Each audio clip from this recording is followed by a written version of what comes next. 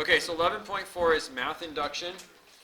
And you know, we've been given a lot of formulas in our lives, and many of them come on a silver platter with no proof at all. Okay? Some of the formulas that you've seen in the past can be proven deductively, and some of them have been proven inductively. Okay? So the first thing I want to do is just talk about the difference between deductive reasoning and inductive reasoning and their roles and proofs. Okay? So before we do anything else, you can write this down somewhere else if you like. Let's talk about deductive reasoning. So you probably remember being in Mr. Sherman's class or Mr. Leslie's class in geometry and making a statements, reasons table, right? And probably the first thing in your table was something that was given. Something given, right? So I don't know, maybe it's angle 1 is congruent to angle 2 given. Okay? And then statement 2 was something that you either observed, okay, in the diagram, or something that you think would be maybe like an important thing to include. So like a lawyer building your case, you begin to develop your proof. So, I don't know, maybe your eventual goal is to prove two angles are complementary or something. I don't know. But the point is, you might have a statement here, and then to justify it, in the back of the book, you have a little rule called like vertical angles are congruent or something. Vertical angles are congruent.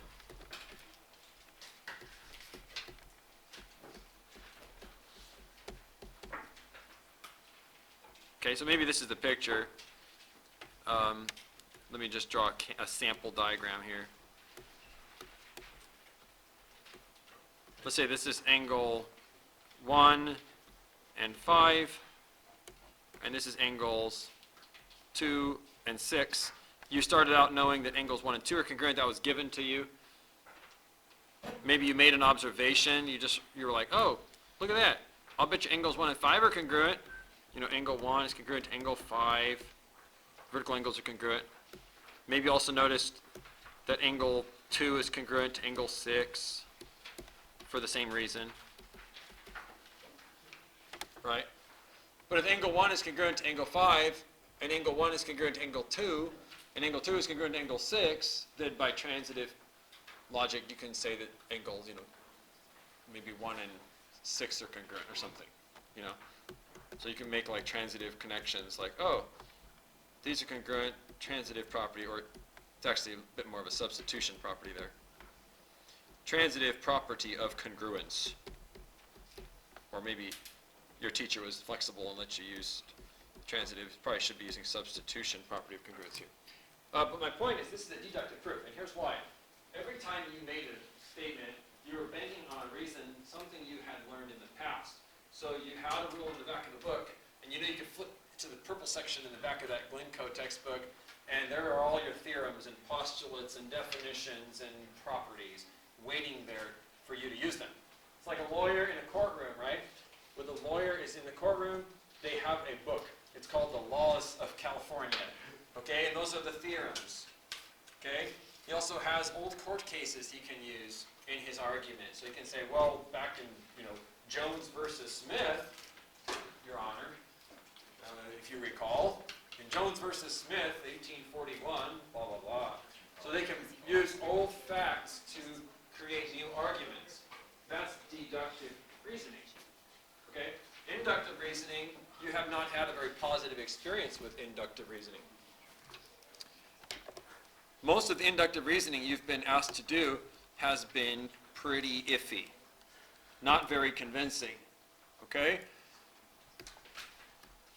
Here's inductive reasoning for you.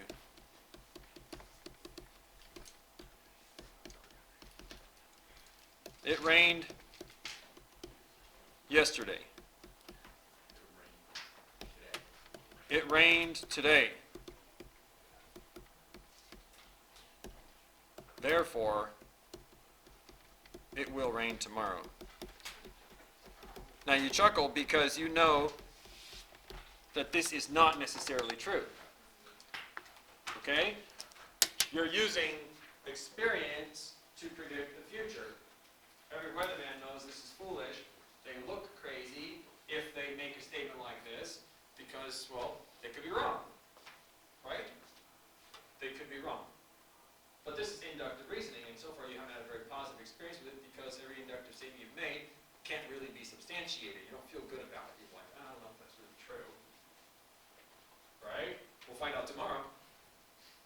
Okay? If it rains.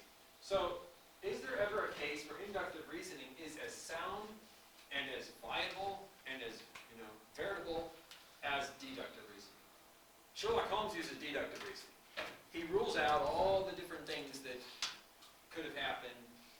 Like he'll go through, he says something, I can't quote him exactly, but he likes to say something like, say again, whatever may be impossible, whatever remains, however improbable must be true. One more time, nice and loud. If you eliminate impossible, whatever remains, however improbable must be true. Yes, he says that. What he's saying is, look, I've already ruled out, there's 50 people in this situation, I've already ruled out 49 of them, they didn't do it, they didn't commit the crime. The 50th one did. It seems impossible. That 50th person is this old, sweet 90-year-old, okay? I don't know how he got into the locked room with a knife, but he did. It's improbable, but it's the only remaining solution. Okay, that's deductive reasoning, though, because he's ruling out things, okay? Inductive reasoning feels more like this. It's frustrating. So where can we actually use this?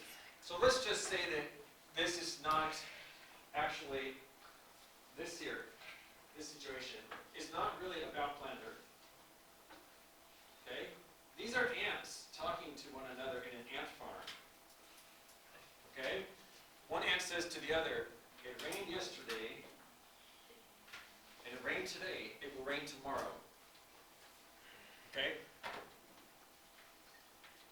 Is it possible in an ant farm? It is possible. You see, I'm the owner of the ant farm, and I have certain habits. I like the weather to be the same in the ant farm every single day. And I never change that. So, I, being an owner of an ant farm, make it rain. I guess I think my ants like a little water. Okay? And so, since the law of the land is that the weather never changes, that adds a new twist to this. Because it rained yesterday, it must rain today, and it will rain tomorrow. Why? Because there's another law behind the scenes that is stating that the weather never changes. I'm the culprit. I caused that, and it's my habit. Okay? So if you knew that there was a law of the land where if the weather never changes, you would look at this very differently. Isn't that true? Well, wouldn't that be deductive reasoning if you knew the law of them? Well, what we need to do is we need to first figure out if this world of whatever this is, ant farm, whatever, is this place under that sort of law? Okay? Is this environment a place where the weather never changes? If it is, then this is perfectly true. So what we're trying to do on a problem is we're trying to show, they're all math statements, they're not really statements like these, of course, but here is the first case we're going to do. It's right here. It's down at the bottom. Without doing a lot of this mumbo-jumbo in the middle, let's just jump into an example. I'll show you what we're trying to prove, and I'll show you how we plan to do it, and then we'll do it. So the first one is saying, hey, if you add 1 and 3 and 5, etc., those are odd numbers, you always get n squared. Okay? For example, maybe you've stumbled across this yourself. Maybe you've taken 1 plus 3 and realized that that's 4. Or maybe you've added 1, 3, and 5 and realized that that's just 9. And maybe 1, 3, 5, and 7, you noticed, adds up to 16. Is it a coincidence that the sum of 2 odd numbers is 2 squared, and the sum of 3 odd numbers is 3 squared, and the sum of 4 odd numbers is 4 squared? Is that a coincidence? Is that going to keep working for us? Let's try adding 5 odd numbers. 5 consecutive odd numbers starting at 1. Is it really 5 squared? Yes, it is. So we would make a conjecture like this, a hypothesis. Okay? is this always true? If you add the first n odd numbers, does it give you n squared? Great question. I'd like to know. Just because it's worked for 2 and 3 and 4 and 5 terms does not mean it will work for a million terms. Even if I check the first million terms and it comes out to a million squared, that is not proof that it always works. That's just proof that it works in the case up to a million. So I feel obligated to prove this is always true. And the only way to do it is to do something like this. I'm going to find out that it works when n is simply 1. Then I'm going to show that it works for all consecutive pairs. Okay, so I'm going to use an analogy for this. Okay, let's say that I discover that Jace and Dana have birthdays 1 day apart. 1 week. Okay, we can do the week thing. Okay, so I find out that you two have a birthday 1 day apart, or 1 week apart. Okay? And then I ask, okay, everybody in the room, I want you to turn to the person behind you and the person in front of you and ask when their birthday is. Okay. So everybody does that. All right? I can't keep track of everything. All you got to do is keep track of the person in front of you and the person behind you. Okay? And then I ask the following question. Raise your hand if your birthday is 1 week after the person in front of you and 1 week before the person behind you. And everybody raises their hand. That would be amazing, right? Not only does their birthday differ by a week, but their birthday differs by a week, and all of you have birthdays that differ by a week. Now, do I need to go through the room and check everybody's birthday to know what the birthdays are? I do not. As long as I know Jace's birthday, I can predict everyone else's birthday, because I know that their birthdays differ by a month, and all partners differ, a week I mean.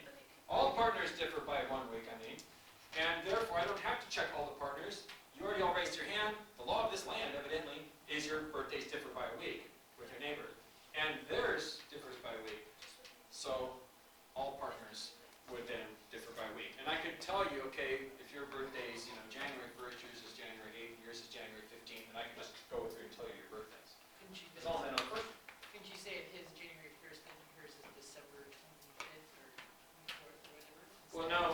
Go the other way and then it's a little wrong. The pattern needs to be consistent, so I guess I was assuming that her birthday is 1 week after Jason's. So yeah, you're saying it's after. Yeah. Because otherwise you could go like behind and forward. Well, my question is to be very specific, and if I discover that the law of the land is that the person in front of you has a birthday 1 week before yours, and the person behind you has a 1 week birthday after yours, and everybody can raise their hand and say that that's true for all pairs, and it's true for the first pair, then it's true for every pair. See? So that would have to just be something established. Do you have a question, Jack? How do you do that in between rows? Like you said. Well, it'll just be that Lucy's birthday is 1 week before Catherine's, and Catherine's is 1 week before Matt's. So yeah, just spill over to the next row. Well, listen, what I'm trying to say is if you know that the pattern exists and you know what the pattern is, then you can predict the pattern applies to everybody, right?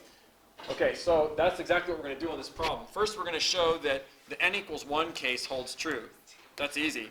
I'm just going to basically, on the left, I'm only going to let n be 1. I'm going to let n just be 1. So this is called testing the n equals 1 case. On the left side, I'll let n be 1. And on the right side, I'll let n be 1, just to see if this statement is true. Or I can do this. I can pick the first one here and plug in 1 here. Is this statement true? Oh, I didn't mean to erase. I meant to write there. We're testing the n equals 1 case. Is this statement true? Yes. It is. Check. Okay, let's go on to the inductive step. The inductive step says, I'm going to assume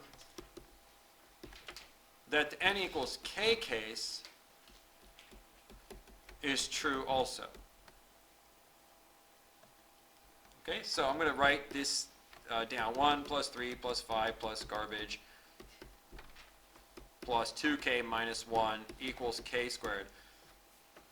I'm assuming that this works not just for the first number, but for some arbitrary value, maybe 99. I'm not proving it, I'm just going to assume that. And now I'm going to show that the next case is true. So we're going to kind of go the extra mile here and write the next case. What comes after the K case? So if you want to number these, this is like step 1, 2, and now we're on step 3. What comes after the K case, the K plus 1 case? So we're going to set up the K plus 1 case.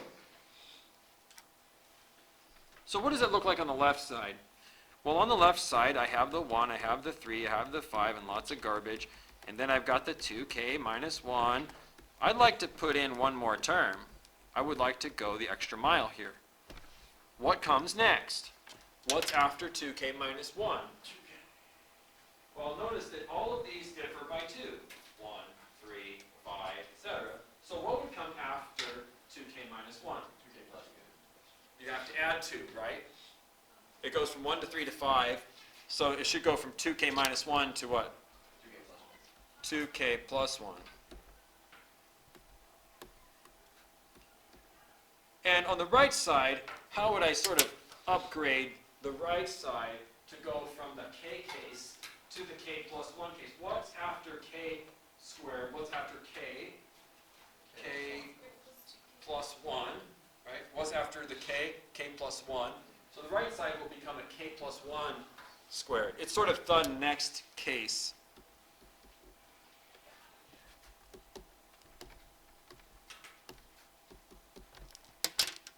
So the step 2 is basically like saying, I believe it works for the 99th case. And step 3 is basically saying, I wonder if it works for the 100th case. The next case.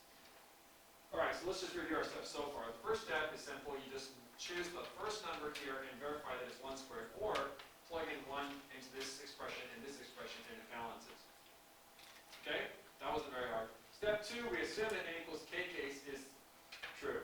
That just feels like you're writing your proof statement with a k instead of an n. So look, this line of work looks just like the original question, it just has a k in it. No big deal. This statement is sort of an upgrading of step 2. You're adding on one more term on the left, and on the right side, you're updating your k to the next value. So that's k plus 1. All right?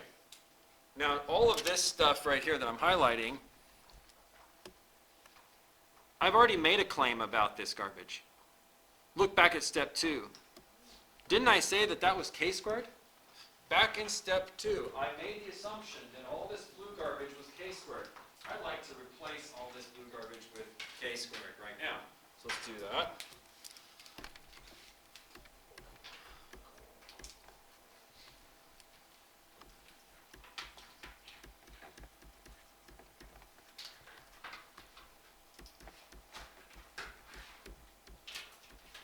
Now, how well do you believe this last statement that I wrote? Do you believe this last statement? K squared plus 2k plus 1 equals k plus 1 squared?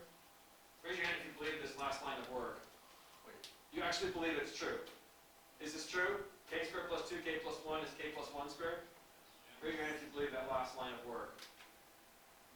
It's an identity statement, right? K squared plus 2k plus 1, k plus 1 squared, they're exactly the same thing. Where did this statement come from? Previous step. The previous step. Right. So what I've shown here, listen very carefully, I have shown that steps 2 and 3 are linked. They're inseparable.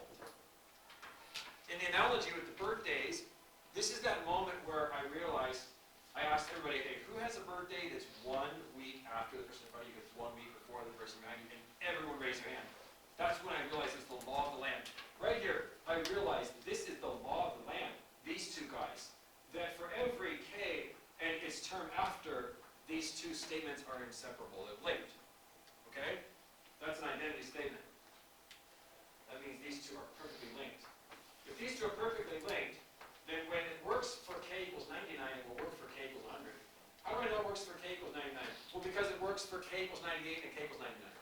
And how do I know it works for 98? Well, it works for 98 because it works for 97. And why do I know it works for 97? Well, because 96 works. And how do I know 96 works? Well, because 95 works. And how do I know that 95 works? Because 94, and so on and so on. And how do I know that 2 works? Because 1 worked. Inductive reasoning. So we now have a full proof that this formula will always, always work. It worked when n was 1, and it works for 1 and 2, and it works for 2 and 3, and it works for 3 and 4, and 4 and 5, and 5 and 6 forever.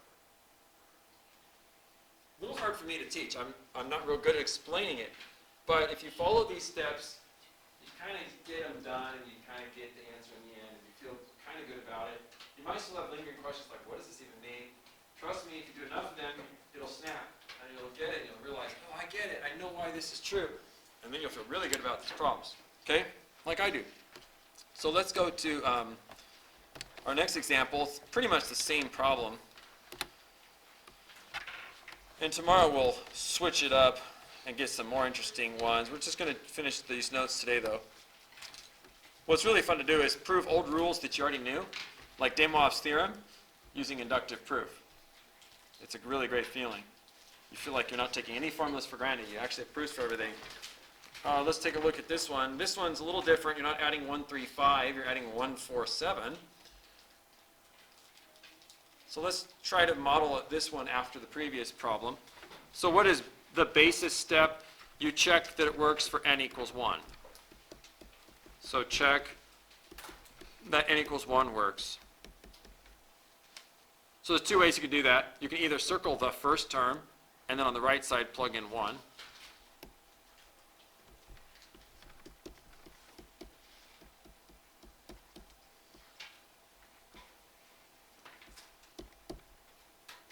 And this is under scrutiny, so you're testing it. Or you can plug in 1 in these 3 spots. Here, here, and here. I don't know why I scribbled that out. So in these 3 spots here, plug in a 1 right there for that end, plug in a 1 for both these ends. Okay, either way, you get this statement that's obviously true. 1 equals 1. Can't argue with that. If you want to argue that 1 is not 1, try a different classroom. Okay, let's go to induction step. So what do we do there? This is where we assume that n equals k case works. So this part, you just kind of feel like you're recopying the original problem with a k instead of an n.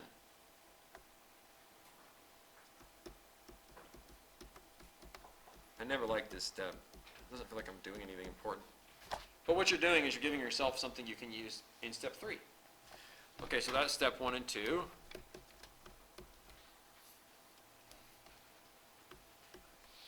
In step 3, what we're going to do is sort of upgrade this step 2 to the next level. So set up the n equals k plus 1 case. So you're already off and running here. That's fine. So now it looks like this. 1 plus 4 plus 7 plus blah, blah, blah plus 3k minus 2. Plus the next term. What comes after 3k minus 2? Careful here, we're adding 3 every single time. Right? 1, 4, 7. What comes after 3k minus 2? 3k plus 1.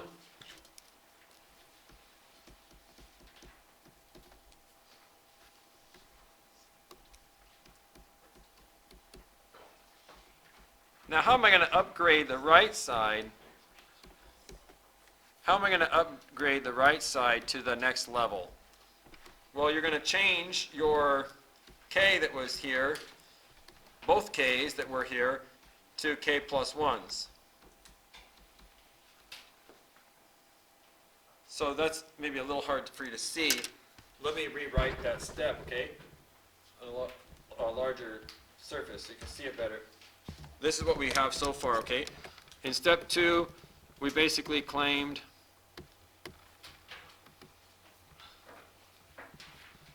that 1 plus 4 plus 7 plus blah, blah, blah plus 3n minus, what was it? Bear with me. 3 minus 2 was equal to k times 3k minus 1 all over 2. And then on step 3, we tried to upgrade it, but I realized it got kind of small, so not everyone can see it.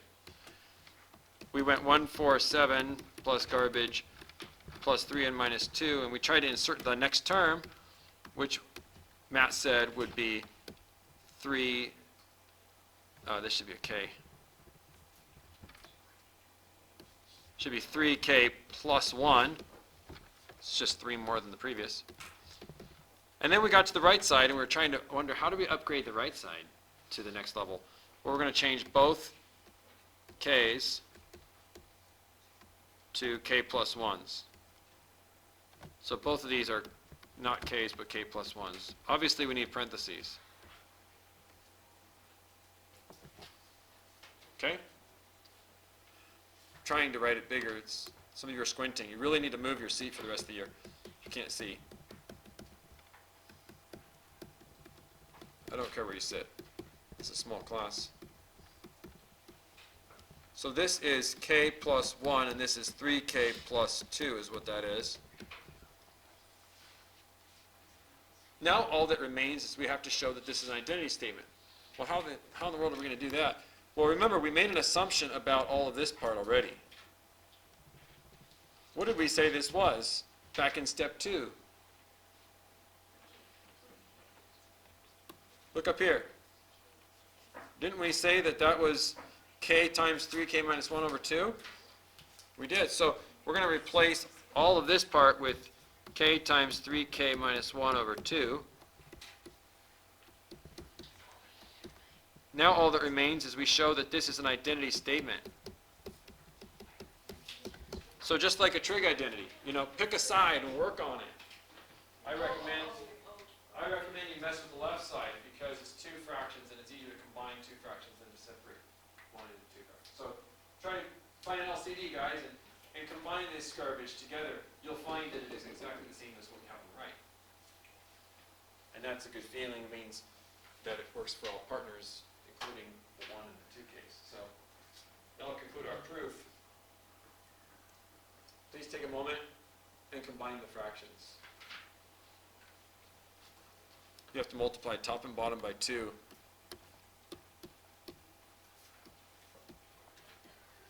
Here, I did that in black for you, okay? Get those crunched together. Let's go, let's go. Some of you stare at the walls. Walls are designed by people who know math. So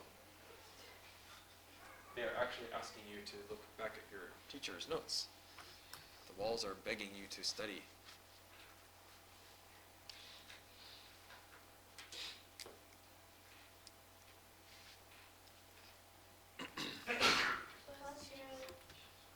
Okay, so this is 3k squared, bless you, 3k squared minus k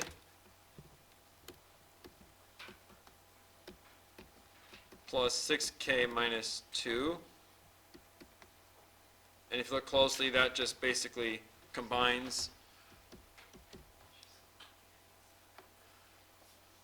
and factors into what I had on the right.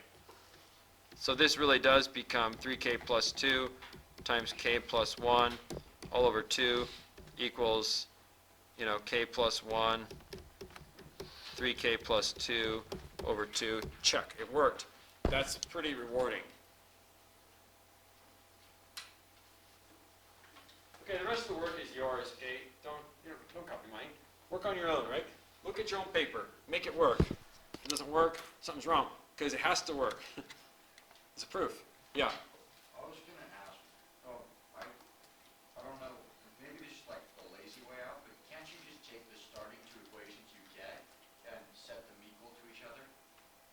Well, we don't want to cross multiply or subtract anything from both sides or anything like that, because right now what we're doing is we're scrutinizing this statement, asking is it equal. So you don't want to Well, it's like an identity, you have to do all the other parts that way. you work on one side to try to prove that it looks like the other side, right? It's like if you looked at my son's photographs and you looked at my photographs when I was his age, we look almost exactly the same. But he looks like me, right? I don't look like him. He looks like me. I'm the dad. So you're you're trying to make the messy side look like the right side, the cleaned up side, okay? You're not trying to manipulate both sides and cross things out and get 0 equals 0 eventually. That's not the goal, right? Okay. The next two problems are quite a bit harder, so let's take a look at those. It's just the reasoning that's a little bit harder, not the work. And these are such obvious statements. I mean, look at this thing we're trying to prove. This is ridiculous. 2 to the n is bigger than n. Really? Are you telling me that 2 to the first is bigger than 1? Are you telling me that 2 squared is bigger than 2? Are you telling me that 2 to the fifth is bigger than 5? Yes, I am telling you that. I mean, this is so obvious. Like, why would you ever prove something like this? If you went to a 7th grader and said, which is bigger, 2 to the fifth or 5? They'd probably think for a minute. 2 to the fifth is bigger, they would say, because 2 to the fifth is 32. And then you would say, that's great. And they'd probably walk away feeling so smart, and you'd be like, okay? But if I ask you to prove it, it's frustratingly simple, but how do you prove it's true always? Right? How do you prove that it's true for 2 to the 1,000 is bigger than 1,000? Well, you can certainly get out a calculator and show that 2 to the 1,000 is bigger than 1,000. But that doesn't prove it's true for 2001, or 1,001. 2 to the 1,001 is greater than 1,001, right? But the first case didn't prove the second. So how do you prove this beyond a shadow of a doubt so that we can stop testing it? There's only 2 ways to test it. Spend the rest of your life testing every possible natural number, or develop a rule and prove it inductively. Your choice. Inductive proof takes 5 minutes, the other takes eternity, literally. And you're still not proven until you're done and you reach infinity, which will never happen. So mathematicians feel obligated to prove obvious things too. Okay? Have I told you guys about Fermat's last theorem? So 300 and something years ago, this guy named Fermat, F-E-R-M-A-T, wrote down a rule. Watch this. He wrote down this. A to the n plus b to the n equals c to the n has no whole number solutions if n is greater than or equal to 3. What he was saying was, we all know the Pythagorean theorem, right? Raise your hand if you know the Pythagorean theorem. Okay. We all know that 3 squared plus 4 squared equals 5 squared. 3 nice whole numbers, 3, 4, 5, they make a Pythagorean triple. 6, 8, and 10 are in the same family as 3, 4, 5. 5, 12, and 13 work. 5 squared is 25 plus 12 squared is 144 equals 169, which is 13 squared. Lo and behold, look at that. 3 nice whole numbers. These are called Pythagorean triples. There's tons of them. 9, 40, 41, 8, 15, 17, 7, 24, 25. You've studied some of these, especially if you took the SAT. Fermat said 350 years ago that if n is 3, there is no solution. In other words, a cubed plus b cubed equals c cubed has no whole number families. Like there's no such thing. 3, 4, and 5 don't work. 0, 1, and 1 might work if you do zeros. But he's basically saying there are no positive whole number solutions to this thing. Well, how does he know that? How does Fermat know that? How could Fermat make a claim like that? There's no solution. No solution. Are you sure about that, Fermat? Did you try every possible number triplet? He wrote, I have a proof, but it's too big to fit in the margins of my paper here, so I'm not going to show it to you. Well, this frustrated mathematicians for 300 years. Because you see, if you can't find numbers that fit A, B, and C, that doesn't mean they don't exist. And in 1990-something, that guy, Andrew Wiles, he's on that board, on one of those quotes back there, he finally proved, where is he at? Right in the middle of the blue one. Andrew Wiles finally did it. 300 years later, he proved that that thing has no whole number solutions. He used 20th century mathematics to do it. It took his whole career to write the proof. was finally accepted by the math community, and he goes down in history as the only guy who ever proved Fermat's last theorem. Fermat said he could do it, but it was just a little too big to fit in his margins. Do you think Fermat really had a proof? I don't think so.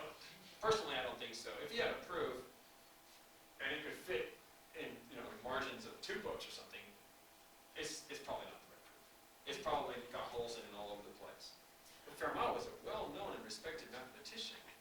So this is always mystifying mathematicians. Like, for 300 years, this guy's been hiding his proof that uses 20th century mathematics, and he wrote it back in the 1800s, 1700s? How did he do that? He didn't have the math tools available that Andrew Wiles needed. But what I'm saying is, it's such an obvious thing. It's like, I tried for a half hour and I couldn't find any numbers that worked. I was already convinced there were no numbers. Andrew Wiles spent the rest of his life proving there were none. Okay? So proofs of obvious things are important to people, even if it's proof that something's impossible. To prove something impossible requires just as much work as maybe proving that something is possible. So I told you that nifty little story because some of you were falling asleep. Okay, now, 2 to the 5th is definitely bigger than 5. Does this always hold true? Your eyes are open, but I know the truth. Okay, so we believe this is true. Now let's run through a quick proof for this. We're going to just show that n equals 1 works. In other words, 2 to the 1st is bigger than 1. Do you believe it? I do. Okay, 2 to the 1st is bigger than 1. Alrighty. Now we're going to assume that the n equals k case works. So 2 to the k is bigger than k. I'm just going to accept that without any proof at all. Okay, now here's the tricky part. My job, my goal, is to show that 2 to the k plus 1, which is sort of the next level up, is bigger than k plus 1. That's my goal, but how I get that to happen is going to look a little different on this problem compared to the last one. So I'd like you to play around with it for a couple minutes, maybe. Like, how are you going to make this happen? I've already shown you a couple examples of how I did this. I did use my step 2 and substitute it into my step 3 here. Give that one a try, see what you can come up with. I think you'll find it to be fairly frustrating. But try it anyway, even if it means you're just trying to fail. Or maybe you'll get it.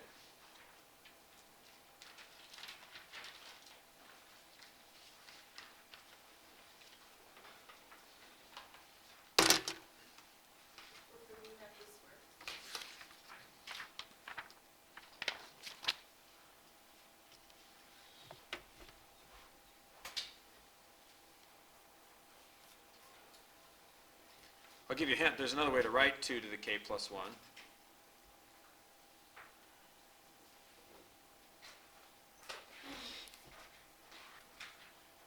Okay, now, I probably shouldn't have done that to you, because what you were probably trying to do was mess with this statement and try somehow to plug statement, your assumption from step 2 into it somehow.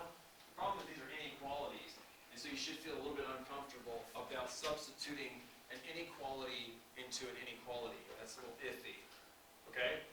Now, there are rules about inequalities that allow some kind of transitive thinking, but direct substitution really isn't that allowed. What is allowed is things like this. If A is greater than B and B is greater than C, then A is greater than C. That's sound reasoning, okay? Like, that's true. But that's not really substituting. That's just more, hey, this is bigger than that, and that's bigger than yo-yo, so this is bigger than yo-yo, you know? So that's not substituting, that's more linking. So I think the better approach on this problem, and I've had to think about this one, I think the better approach is not to use the statement you just wrote, but to just sort of use the statement back in step 2 and modify it, okay? So what I'm going to do is I'm going to take 2 to the k, I'm going to take 2 to the k plus 1, right, which is sort of interest to me, and I'm going to dissect it into 2 to the k times 2. And since back in my assumption step, I said that the larger object 2 to the k, right? The smaller object's k. 2 to the k is bigger than k. I'm going to change this here, this 2 to the k, but not like substituting. I'm just going to say, look, I know this is bigger than k times 2. I know this is bigger than k times 2. How do I know that? Well, because 2 to the k is a bigger number. So 2 to the k times 2 is bigger than k times 2 is. So I'm not really substituting, I'm just making that claim. I know that because of my assumption here. 2 to the k is bigger than k. So I believe 2 to the k times 2 would be bigger than k times 2. And 2 to the k plus 1, I'm sorry, what I meant to say was 2 to the k, I'm sorry, 2k. 2k right there on the right side, see that? That's k plus k. So far here's what I have. I have 2 to the k times 2 is bigger than k times 2, but k times 2 is the same thing as k plus k, isn't that true? And k plus k is definitely bigger than or equal to k plus 1. And I did it.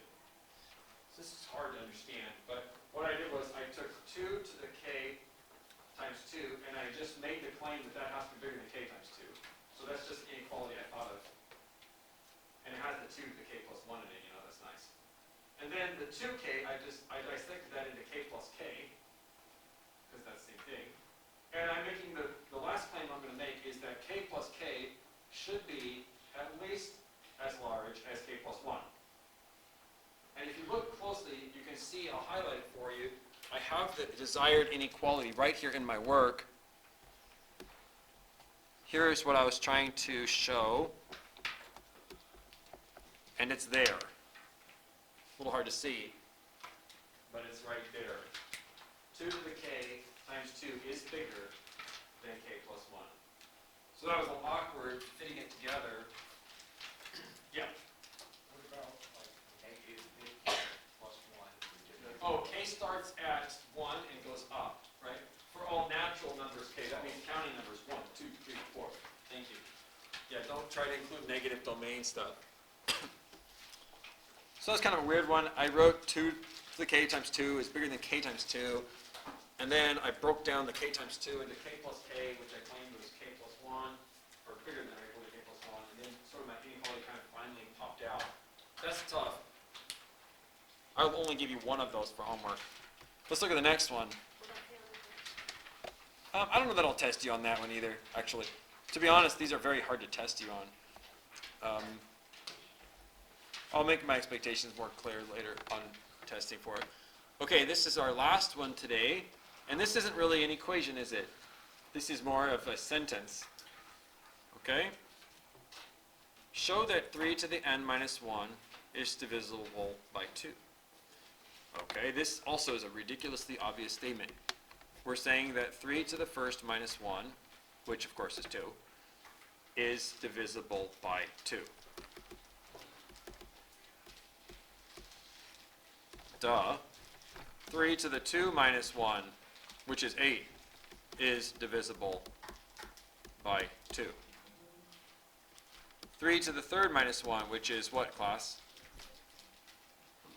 Was 3 to the third minus 1. 26 is divisible by 2. Duh. Do you understand the question now? We're trying to prove that this is always true. 3 to the million, take away 1, is divisible by 2. That's what we're trying to prove. Seems simple enough. Okay, so what is the basis step? It's always the same thing. Show that the n equals 1 case is true. I already did that over on the right.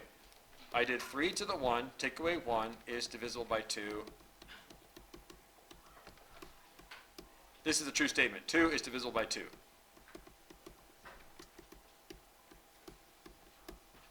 Check. Notice it's not an equation, it's a sentence. So when I reach an identity sentence, I'm done with that step. See, 2 is divisible by 2, check. It's a true statement. Okay? Let's go to step 2, I guess you could call it. the inductive reasoning, we're going to assume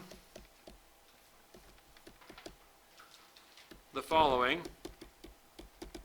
This is the n equals k case. What would my sentence read? 3 to the k minus 1 is divisible by 2. Okay, step 3.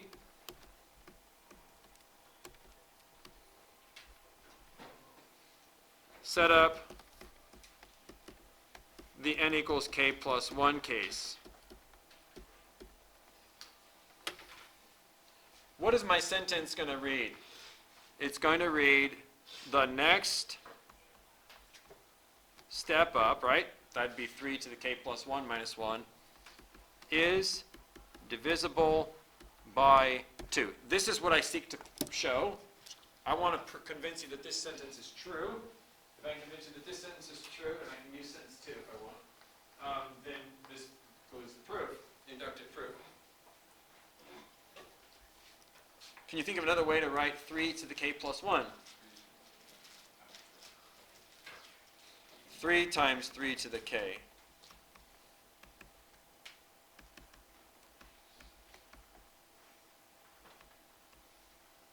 Okay. I need a little more room.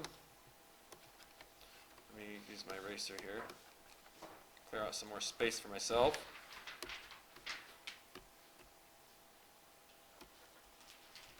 How am I going to convince myself that that's true? Normally, I love it when there's a chance to substitute. I just don't see it. Like, I mean, I'm supposed to be plugging in a, maybe a 3k minus 1 in here, but I don't see a 3 to the k minus 1. What am I supposed to plug in, So I'm going to force this to work for me. I'm going to put in a minus 1 and a plus 1, one after the other right there. Okay, here we go. I'm just trying to make this work. We have 3 times 3 to the k minus 1. I really wish that wasn't just a 3 to the k. I'm going to make this work. I'm going to write 3 to the k as 3 to the k minus 1 plus 1. That's the same thing as 3 to the k, right?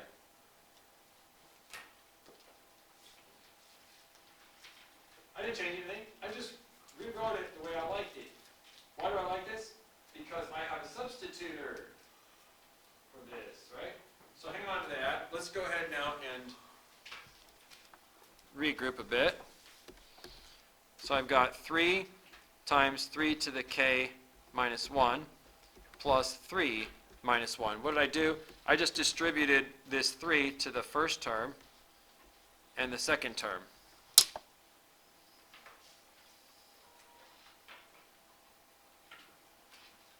What's 3 minus 1? Oh, come on, class. Thank you.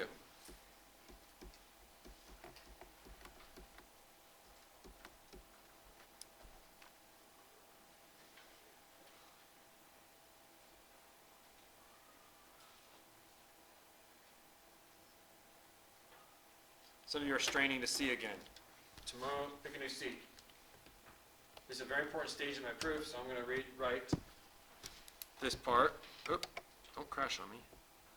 Don't want you to crash. Just want a new document. Give me a new document. Come on. Here we go. I think that'll work. Some of you couldn't see very well. So I was at this stage here.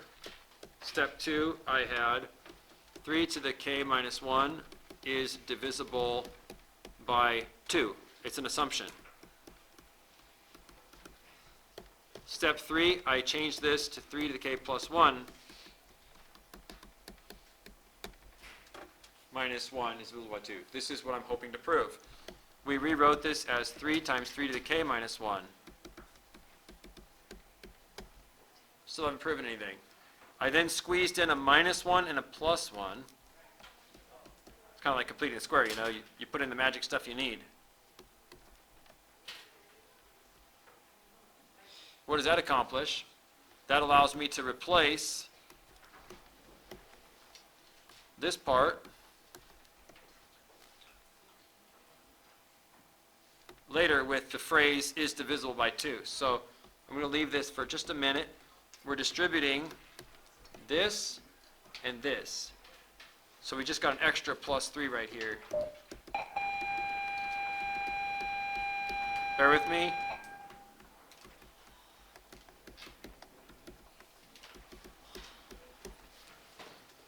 Since 3 to the k minus 1 is divisible by 2 from up here, I can call it, say, 2m or something.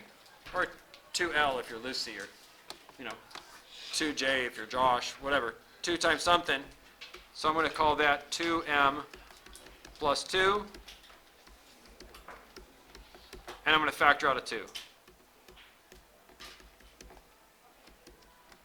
How well do you believe this last statement, that 2 times 3m plus 1 is divisible by 2? Do you believe it? I hope so. If you can believe that one, then the proof is complete. If you believe that 2 times 3m plus 1 is divisible by 2, you've completed the proof. All right, I will give you the problems to do.